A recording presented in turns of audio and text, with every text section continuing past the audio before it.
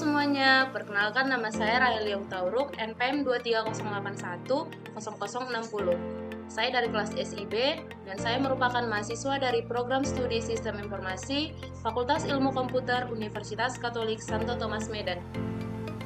Pada video kali ini, saya akan menjelaskan tentang website monitoring rumah sakit yang telah kami buat dengan nama Sehat Sentosa Hospital. Sistem ini kami rancang untuk membantu proses pengelolaan berbagai data dan pelayanan rumah sakit secara digital dan terstruktur. Dalam proses pembuatan website ini, terdapat beberapa tahapan yang dilakukan mulai dari perancangan sistem, perancangan basis data, perancangan antarmuka, proses coding, hingga proses pembuatan domain dan hosting. Pengguna sistem. Di dalam sistem ini, terdapat 3 jenis pengguna, yaitu pemilik, admin, dan pasien. Masing-masing pengguna memiliki hak akses yang berbeda sesuai dengan tugas dan kebutuhannya. Pemilik berperan dalam memantau informasi dan kondisi operasional di rumah sakit.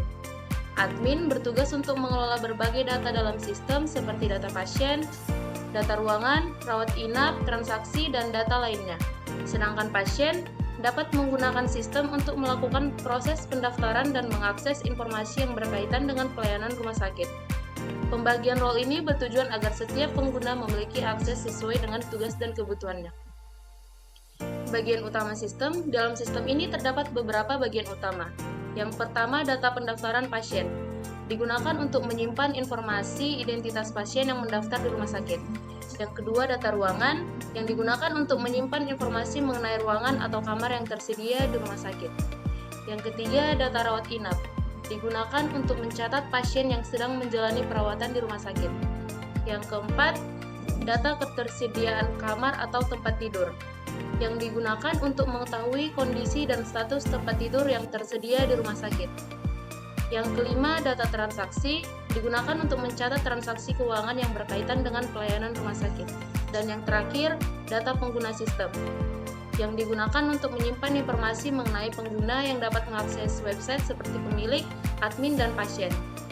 Untuk alur sistemnya, secara umum alur sistem dimulai ketika pengguna mengakses website dan melakukan login sesuai dengan role masing-masing, yaitu pemilik, admin, atau pasien. Setelah berhasil login, setiap pengguna akan mendapatkan akses sesuai dengan hak dan kebutuhannya.